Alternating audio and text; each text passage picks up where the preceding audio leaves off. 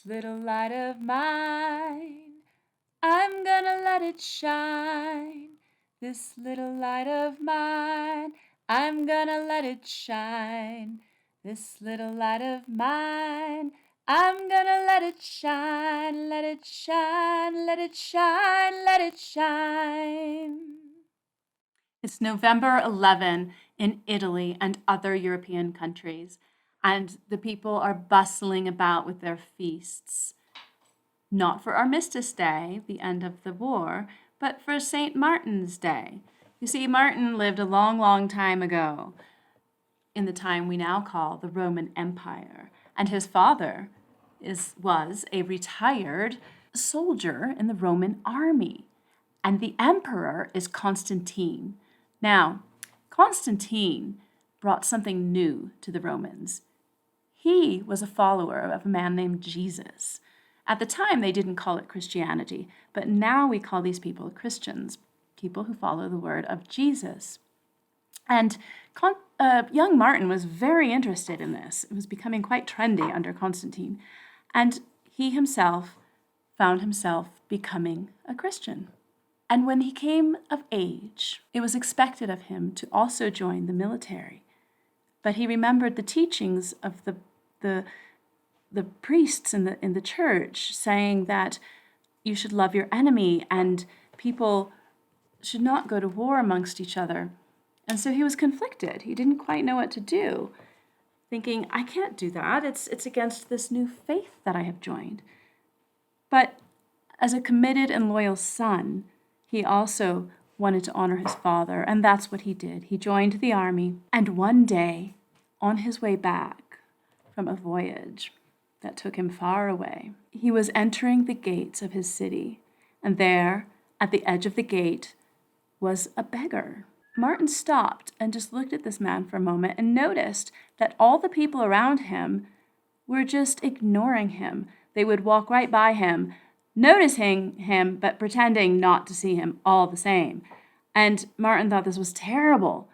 And so he rode his brilliant and fantastic white horse over to the beggar, got off his horse, took his cloak off, and with one swift swipe of the sword, cut his cloak in half and gave half of his cloak to the beggar. You see, the beggar was barely dressed, and it was quite chilly here, even in Italy. And the people saw this. Here was a military man dressed in his finest regalia, and he cut his cloak in half for a beggar.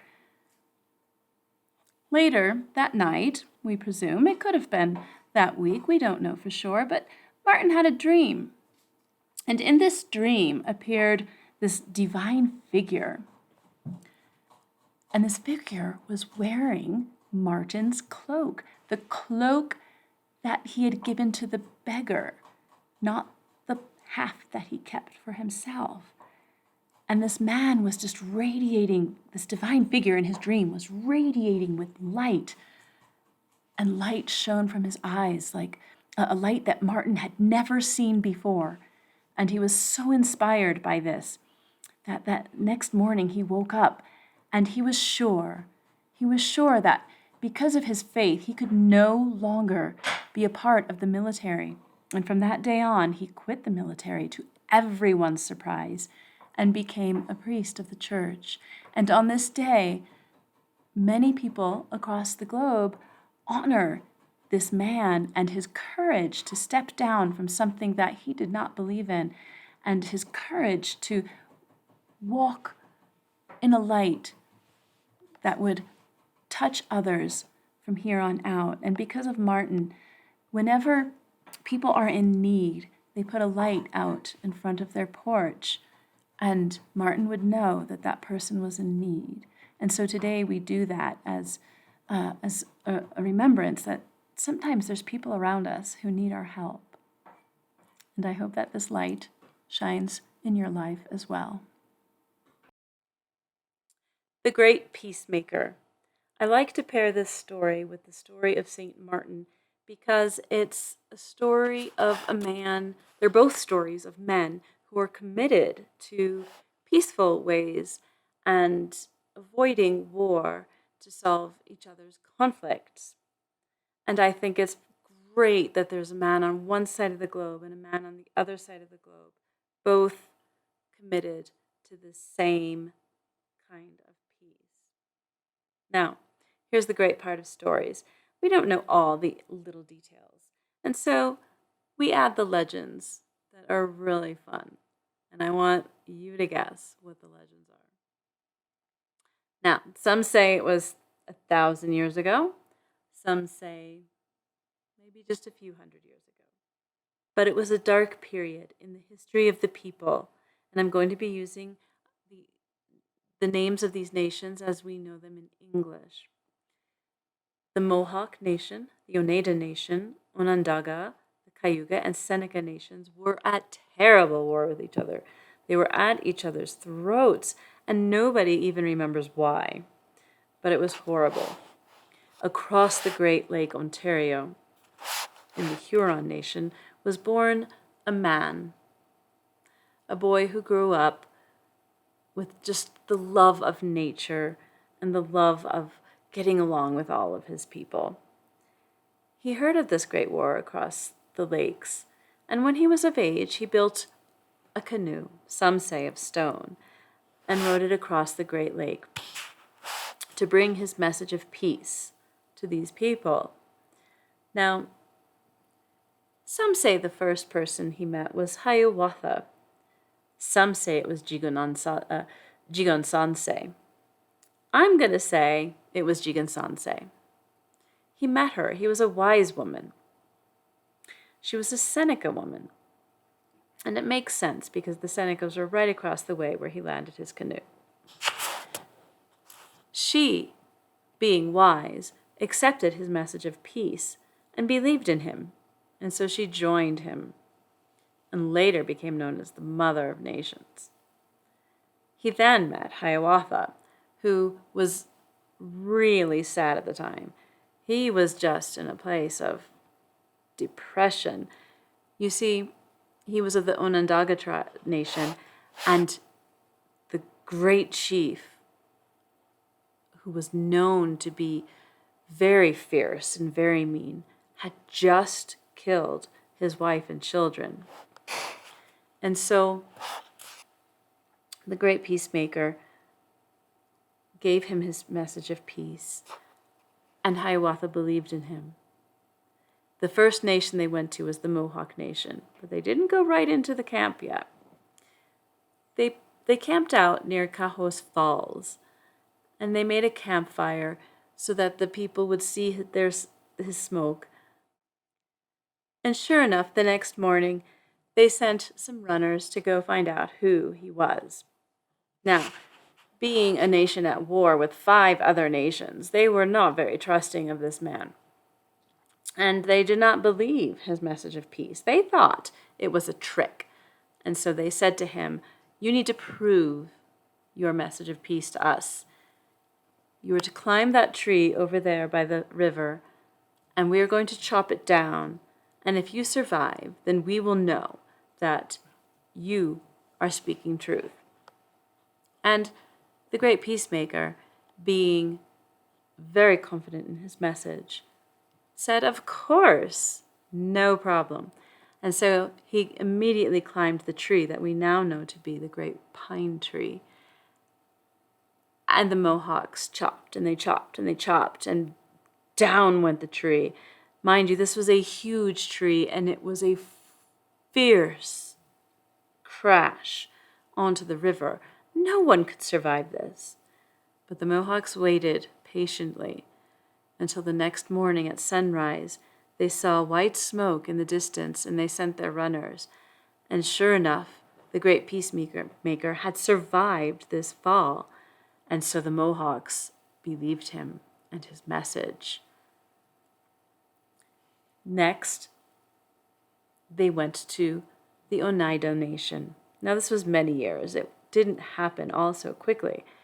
You see, after these people have been at war for so many years and so long, it took a lot of time to convince them of his message.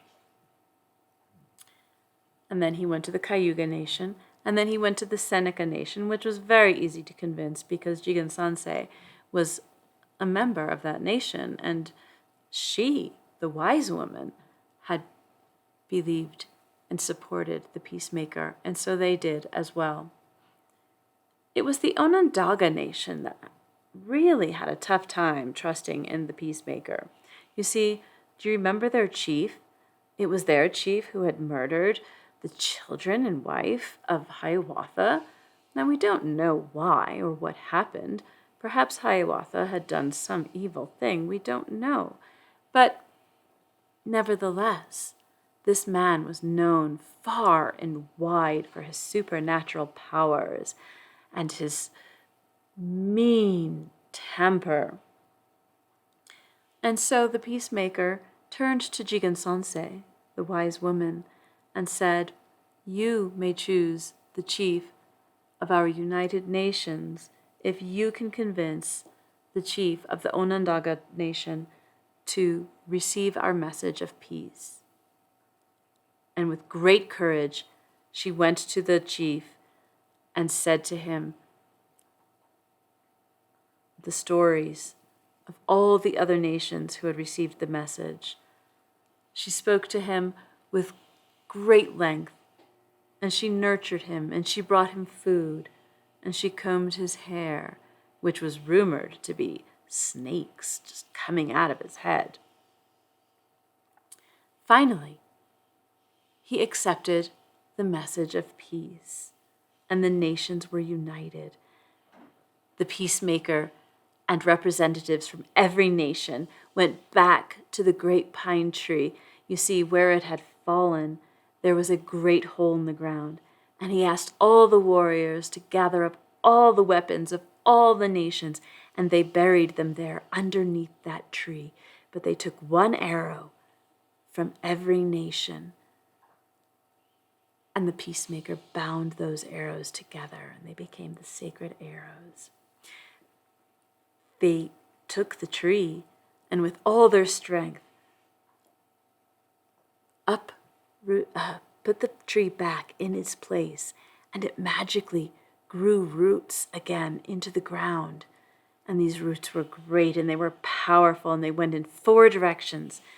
One root system went north, one root system went south, one root system went east, and one went west, creating the 4 directions that are now so sacred in these nations' culture. And so, here you have it, the great peacemaker, whose name cannot be mentioned because the Haudenosaunee people believe that his name is sacred and shall never cross the tongues of any average man, so I dare not say it. We simply call him the peacemaker. And with that, the Haudenosaunee people were born. The United Nations, the very first United Nations of which our current country of the United States of America is based off of. And guess what? Remember the tree?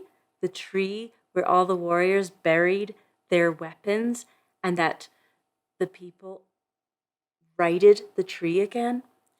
It is now called the Great Tree of Peace, and the peacemaker placed an eagle atop because you see, eagles can fly very high, and the eagle has keen eyesight. The eagle is the guardian who warns of any approaching danger to the peace of the Haudenosaunee people. And the Great Tree of Peace stays vibrantly green, ever green throughout the whole year, and the needles grow in clusters of 5, reminding us of the unification of the 5 nations. The Great Peace.